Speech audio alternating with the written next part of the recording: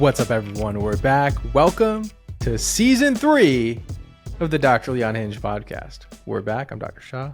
I'm Dr. Maxfield. Welcome back, everyone. Happy New Year. The year is off to a crazy start, as we can already see. We had thought long and hard after taking our break here about what is the best way, what is the best format, right? Because we have our short form channels, TikTok, potentially going away, Instagram, where we communicate small bits of information. We educate you on hacks. Maybe we educate you on one product or two. We have our longer form YouTube channel where we do deep dives on, product overviews, breakdowns of different skin conditions and how to treat them. And then we have the podcast where we kind of talk long form about all kinds of things that come up. We're trying to figure out a way to make this hour of communication, sometimes less. This one's going to be a little bit less. How do we make it most useful to all of you? And so we've thought about the new format of the podcast going forward, where we still want to cover some of the beauty news, the things that are trending in beauty, but we're looking at that being more of like an episode once a month or less frequently. Not every episode is going to focus on that. We also want to bring in a guest for once a month episodes. So we already have one guest locked in for our future episode later this month. So I think you all are going to be excited about that. Many of you know who this is. And then we're also talking about doing some more medical deep dives. I know a lot of you have your sort of baseline knowledge, especially those of you who listen to the podcast have baseline knowledge about skincare. So we thought of doing more of what we call a journal club in dermatology, where we really break down the nuances of a particular, not a topic, but an article, like a very nuanced discussion around a topic and almost debate around it and whether or not we agree with it, disagree with it. And that's how these journal clubs work when we have our private conversations amongst dermatologists. And then we want to do something that's a little bit non-beauty, a life lesson, maybe something finance, something that's going on in our lives, things we learned by being dads, by being spouses, like just something a little bit extra that we really don't have any other space to talk about, but we figured that many of you have overlapping interests and would be interesting to all of you. And then we also wanted to do like a call-in live episode. We're trying to figure out how to logistically pull that off. So if any of you have any ideas of what else you want to see, we have a running theme going forward, but you're going to see a little bit of a change in the podcast, and we're just going to try to keep it more interesting each episode. Yeah, this is something, this is the thing. We are doctors. We are dermatologists. We are human beings. And I think there's so much value in kind of sharing the breadth of our life lessons, also kind of exploring all of our interests collectively, and also just presenting the information in different ways, because it's fun for us. Like, it's fun for us to kind of engage and explore. And also, especially through the guests and some of the other things we'll be learning about together, I think it's going to open up avenues where we can have greater diversity of ideas, new ideas, challenging ideas presented to us. And also, like, we won't always be the experts. We'll get the chance to talk to people where they can kind of almost critique us sometimes, or also just provide value, and we can get us to come along for the ride. So I'm extremely excited for this season, this year.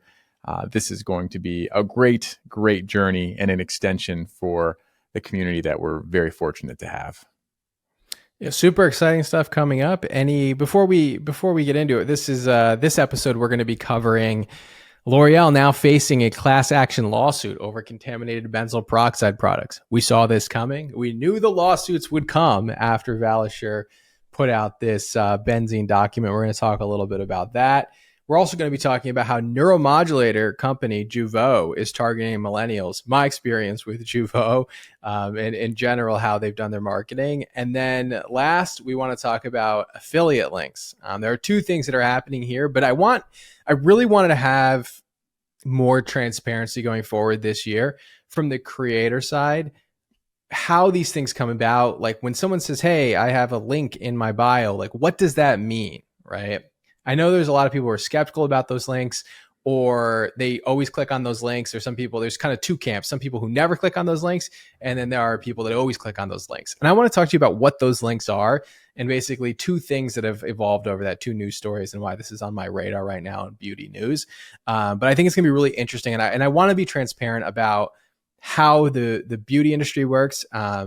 And we've done that when we talk about how products are developed and what the cost of products are that developed, and some of the things that I've learned when creating Remedy. But I also want to talk about on the creator side, some of the scams that you all need to avoid. And is it a scam or is it not a scam? I think it's going to be really interesting for those of you who are not on the creator side of things to learn about this. So that's going to be the last topic. Any quick life updates from you, Dr. Maxfield? We'll skip product of the day today to save some time. Life updates, not huge, which is a good thing. I mean, we all had snowstorm, snowed in. That was fun to kind of have an adventure around that. Be visiting you here within the next week, so I'm excited about that. I know we'll have a lot of plans during the extended trip that I'll be having down there. Also looking forward to just coming down to Miami. I mean, I'm not made for cold weather. I got out of Colorado for a reason. So, I mean, Miami's going to be great. I'm really looking forward to that. Yeah, it's beautiful down here right now. You're absolutely gonna love it. It's also gonna be Cosmoprof this week, so that's a big trade show where vendors for product packaging, product ingredients, even some brands come and show up to these conferences, and there's some education there, but there's also a lot of shopping around. So we'll also be attending part of. Are you going to go to Cosmoprof at all? Or are you leaving before that, Dr. Maxfield? I don't know.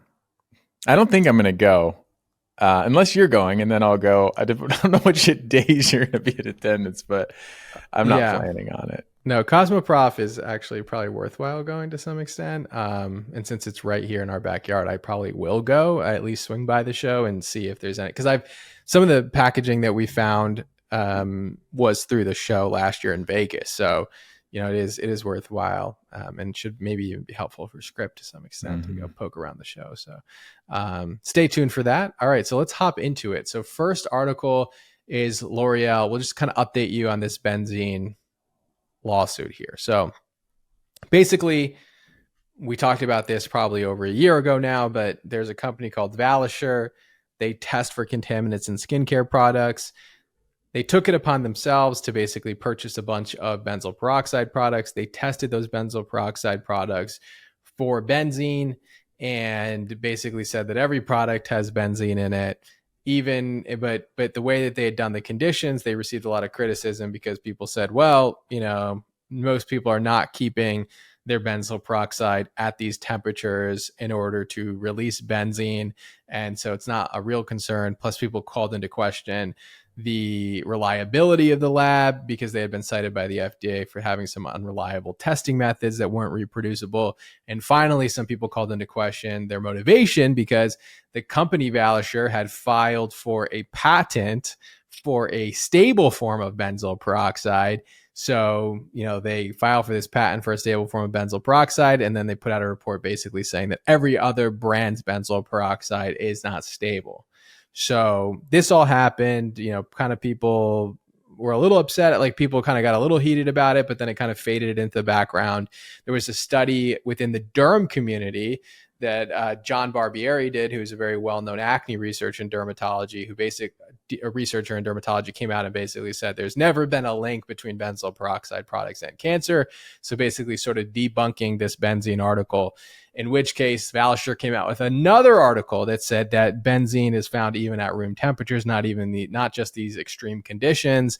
And as a result of this, basically consumers have now filed a class action lawsuit against L'Oreal for benzene contamination, really just looking at it as an opportunity now to make some money off of this report. So what are your thoughts on this?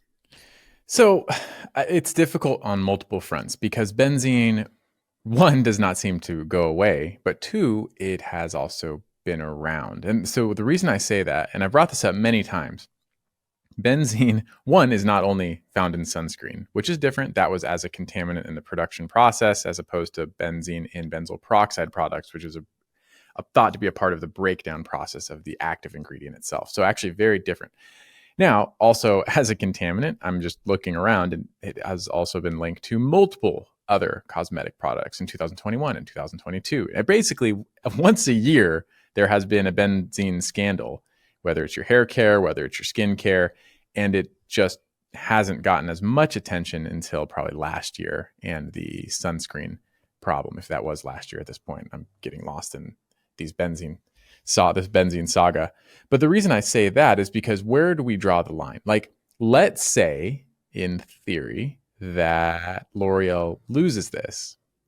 then is that the precedent set that not only going forward, but going backwards, like are other companies going to be liable for benzene? And this seems to be a ubiquitous problem in products in general, and then also in the environment, because other people have also critiqued the idea of when it was related to sunscreen, we are getting exposed to benzene everywhere, whether it's car exhaust or just in the environment, other pollutants. And again, I'm not at all minimizing the fact that benzene is harmful. That's a well-established fact. And in an ideal world, you are not exposed to it at all. But I'm almost wondering if it's unavoidable. And the second arm of this, though, if the ruling goes the other way and L'Oreal is found not liable, if it even makes to court, then what precedent does that set? Does benzene become white noise? And is this the red flag that we actually should have been paying attention to, but because everyone keeps bringing it up in different contexts and different products, and from a company that has been criticized and whose reputation is questioned by some, does it become white noise? And again, a signal that we're going to miss because we just keep hearing about it and nothing happens. So I don't know what the right answer is, but either way, no matter what the ruling, I think there will be some significant consequences for us as consumers and brands historically and moving forward. Yeah, it is sort of interesting, when you look at this class action lawsuit, they really go after CeraVe and the L'Oreal brands, though those were just amongst the many that had this, benzoyl peroxide breakdown. And on the flip side, the FDA has it approved on the acne monograph for the treatment of acne over the counter. So benzoyl peroxide is considered by the FDA to be generally regarded as safe and effective.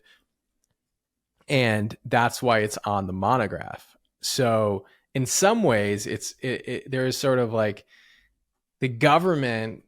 Benzoyl peroxide, it seems, inherently has this property to break down to benzene. Now, whether or not this is dangerous or not for the skin is yet to be determined, and some studies show that it's not. But regardless, we don't want benzene in our products, and regardless, maybe we don't. Maybe this is one of those things, like you said, limits of our knowledge, where this is actually made more dangerous than we even realize. So I do want to give them some credit for that. But on the flip side, it seems that they only targeted L'Oreal brands, probably because they think that they're more likely to get the most money out of those brands if they're successful winning the lawsuit. So there's definitely some games that are being played here for sure. And is the FDA somehow liable in all this because they consider this ingredient to be generally regarded as safe and effective, when it seems as if benzoyl peroxide in general has this inherent property of breaking down to benzene? So is it on the brands or is it on the FDA for allowing this to be in over-the-counter products? Oof, that's a tough question. I mean, where does it stop? But because of that, yeah, where does the responsibility ultimately lie? I mean, but you're right about the brands. I'm looking at the list of one of the studies: Proactive, Walgreens, Clinique, La Roche-Posay, which is under L'Oreal, Panoxyl, Sandra Lee, Oxy, Galderma, which is like they own Cetaphil, Differin, and then CeraVe, of course, Neutrogena. Like the list is, it's extensive. And who's to say it's not in every single benzoyl peroxide product out there? Well, with that being said, though, so I don't know if there's some sort of conclusive statement here or any sort of final ruling from me. I kind of am more in the watch and wait camp. But I would ask, at this moment in time, and we've talked about this before, but while we're on topic, would you stop either using, if it was you, or recommending benzoyl peroxides at this time based off of the current body of evidence? It remains to be seen. So we'll follow up here and find out. Yeah, a nice non-answer there. It's tough. It's tough. We'll see. It's one of those things where I guess we don't know. So I hate being wrong. So I just want to see how this all plays out. I think it's reasonable to avoid benzoyl peroxide. I also think it's reasonable to continue benzoyl peroxide given the body of evidence. So that's kind of what I've been telling my patients going forward. Yeah, and I think that's all you can do sometimes. So if you followed us for a while, you know that especially with trending topics, we very rarely have a strong opinion on it, which is why we historically have not delved into it, because we want more information. We want all the facts to come out. And so what we do in general, and what we're doing here, is just providing you with the facts. Same with what we would do with like our patients or other individuals, especially when we have long form content, is like, here's the information. We will give you our 2 cents, but ultimately the decision is up to you and perhaps your healthcare provider in general. But yeah, we'll see where time goes with this one. All right, we'll see. TBD. Next article: How Evolus, maker of neuromodulator Jeuveau, is targeting millennials. So this is sort of interesting. I'll break it down for you, Dr. Maxfield. So this article is coming out of the CEW, and they talked to the chief medical officer or chief marketing officer, sorry, of Evolus. Evolus owns Jeuveau. So for those of you who don't know, I'll kind of give you the kind of the umbrella overview of the space. So neuromodulators is a class of injectables that is involved in stopping your muscles from contracting. They all work very similarly with minor nuanced differences between them. Under this category of neuromodulators falls Botox, which is probably the most familiar term to most of you. Then there is Dysport, which is owned by Galderma. Then there is Xeomin, which is owned by Merz, I believe. And then there's Jeuveau, which is owned by Evolus. Okay. So now Evolus wants to roll out this sort of new proposal to bring more millennials into using Jeuveau, which is very similar to Botox, consistently in their routines. Now, my first exposure to Jeuveau, of course, was when I was a resident, and one of their marketing or sales reps had come to the office and they were talking about why we should be using Jeuveau instead of Botox and otherwise. And their big claim to fame, at least according to the sales rep that we had spoke to, was we were sued by Allergan, the owner of Botox, because we're so similar to Botox, and they sued us for patent infringement, and therefore you should use our product because it's so similar. They sued us and we're cheaper. And so that was their sort of big claim to fame. And I don't know if that was just their one sales rep, that was the one experience I had, or this is like generally their marketing strategy to basically say, hey, we're a dupe essentially of Botox. We're so good at being a dupe that we got sued. And therefore you should use us to save some money. And we're just that similar and just as effective. So that was my first exposure to Jeuveau. I've used it on a few patients. I think I've used it on myself before. It's not my go-to, but not for like any particular purpose. What are your thoughts on Jeuveau? Any thoughts before I go into their new strategy? No, I don't have any strong opinions on it. Similarly, it's not become my go-to because I don't know if it has anything novel, perhaps other than affordability, if that really is its best selling point. And yeah, they not only had a lawsuit, but they lost the lawsuit, paying Allergan, 35, or at least settled to pay $35 million in 2021. So that, if that is their whole pitch, I mean, it's legitimate. But again, it's not in my regular repertoire. Yeah. All right. So let me talk to you about this tactic, and then you kind of tell me what your thoughts are on this. Okay. So basically, the way that this is meant to work is that they think that millennials are going to treat Botox and Jeuveau as part of their beauty routines. Just like we use sunscreen every morning and retinol every night, they want you using their Jeuveau every 90 days, just like that routine, right? Not hey, I book with my provider. Maybe I get it, maybe I don't. Maybe I get it every 4 months, every 5 months, every 6 months. No, every 90 days, you get your Jeuveau. We're going to essentially put you in a subscription model for Jeuveau. Okay. And so the way that it works is that you pay $49 a month and you're able to get an appointment every 90 days, right? So you pay $49 a month. You get in to see your provider every 90 days, so every 3 months, to get your injectable. And that covers 20 units of Jeuveau. And it's discounted because normally it would be more expensive than that. So normally the breakdown would be, I think you save $93 per treatment. So if you had paid out of pocket for it, it would be closer to $80 a month. But instead you're paying $49 a month and you're getting it every 90 days. If you decide to get anything beyond that, like if you decide to get any other treatment during that, you would have to just pay the provider as normal. But through Club Evolus, which is what the name of this program is, you will be paying Jeuveau makers $49 a month to get these treatments, and then they pay the provider, and then you can get your 20 units. So initially, what is your thought about this idea of having people in a subscription plan for neuromodulators? Just speaking to the subscription plan itself, not the application of it.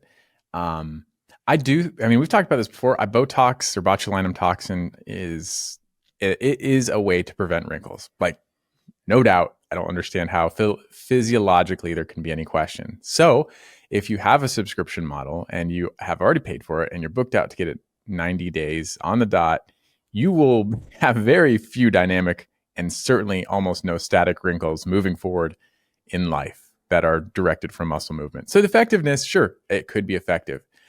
I actually am surprised this hasn't happened sooner because, I mean, through Script, we run subscription models. That is a way to decrease the cost for people because you do kind of have what is a lifetime value of a customer as opposed to a short-term value of customer, not the correct term there, but you look at the acquisition of a customer, or in this case, a patient, and see the value they have over what period of time. And so even if you go to other telemedicine platforms, you'll see if you subscribe, the cost for your product might be dramatically. I was actually looking at one brand today. It's like 40% less if you go in a subscription model for their product as opposed to getting a one-time purchase, because the assumption is the brand is going to make a smaller amount of money more consistently as opposed to a one-off purchase and then probably not have the repurchase value. So it makes a lot of sense financially, and in terms of effectiveness, it will certainly be more effective, but there is a lack of personalization there that I think is extremely significant and impactful for something like a procedure. Again, not speaking just to the application of this in the offices, but just theoretically, I'm not sure that regimented botulinum toxin injection is really what everyone wants specific to their goals. Yeah, I think that's fair. I think we've talked about this before, and I think we were probably some of the first people to say this online. I think it's like our first Botox video we ever did on YouTube, where we talked about us personally doing it less frequently, so that we're able to get movement, but we're not forming those etched in fine lines and wrinkles, right? Because in order to form these etched in fine lines and wrinkles, which many people are trying to avoid, you need to be making those muscle movements over a long period of time, right? They don't develop overnight. And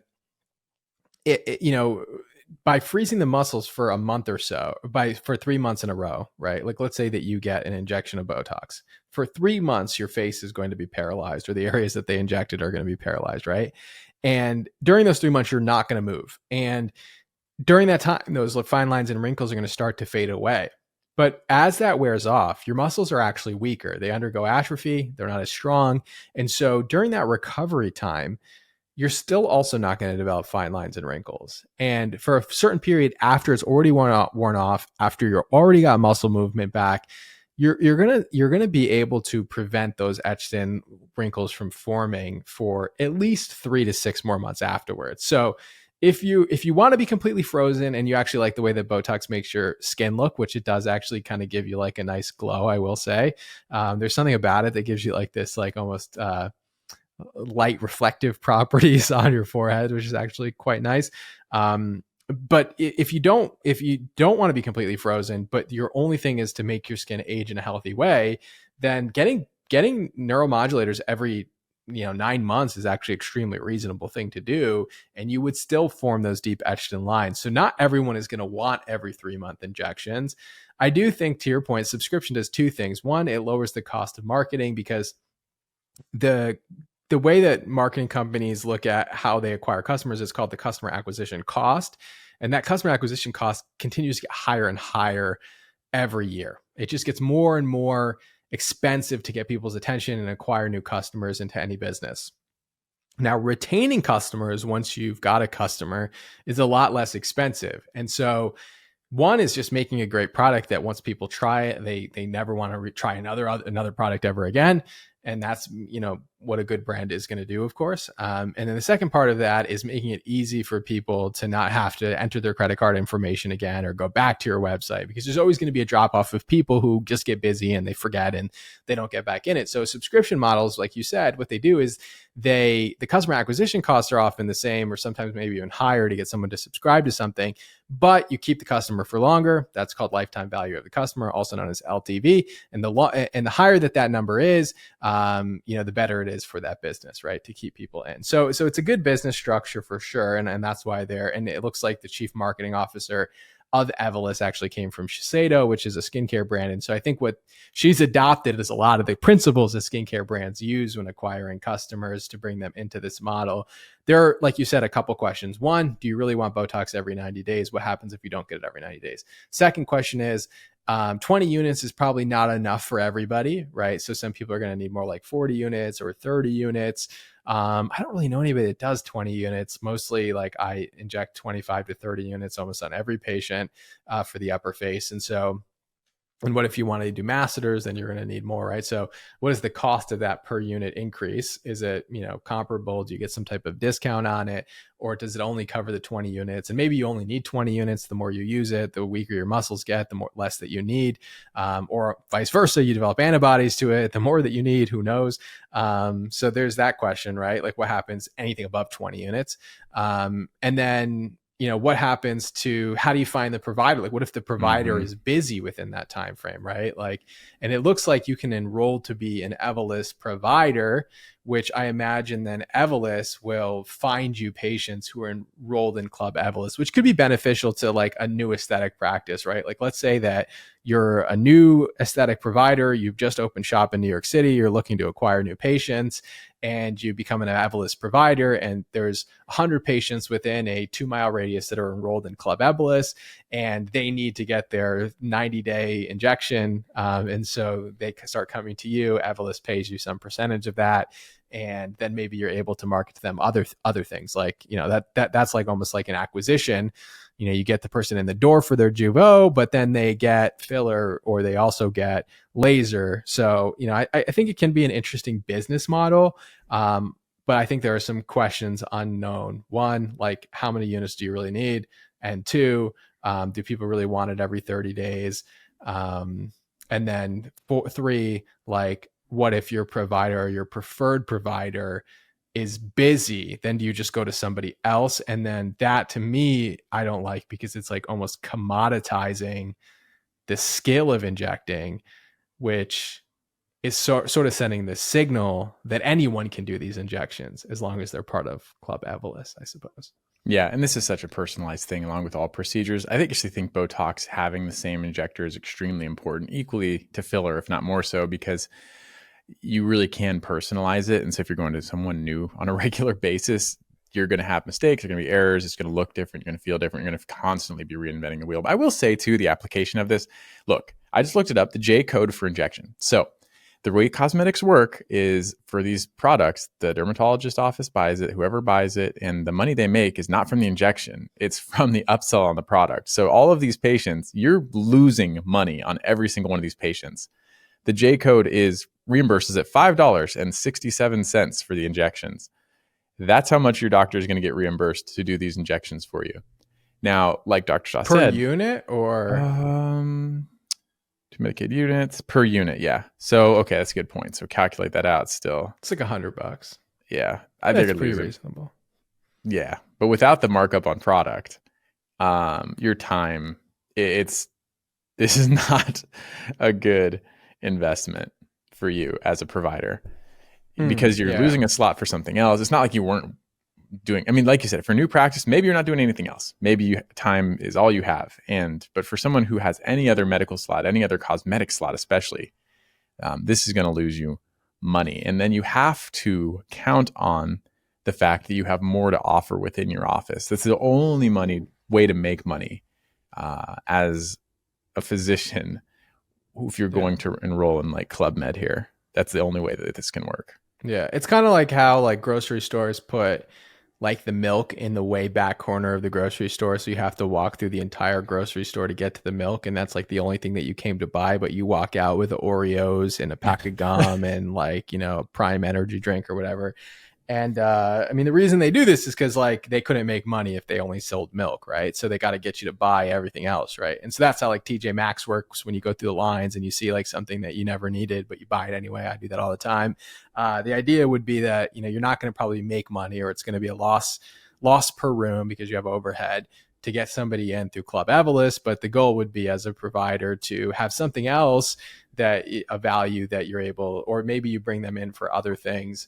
What I also don't like about this, it doesn't really give you any autonomy as a provider, right? Because if someone comes in and they need something else, but they've already paid $150 for their Jeuveau injection because they've been paying on a subscription model, that you have to do. You essentially like have no choice but Yeah, to inject, what they've provided, what they've told you to inject. So it really does start to commoditize the process. But it's interesting. I mean, I'm always interested in things that kind of change the way that we do things. I do like the idea of like people like almost taking a less like almost like a little bit more planned approach to their cosmetics. Like, hey, I'm going to do something once a year.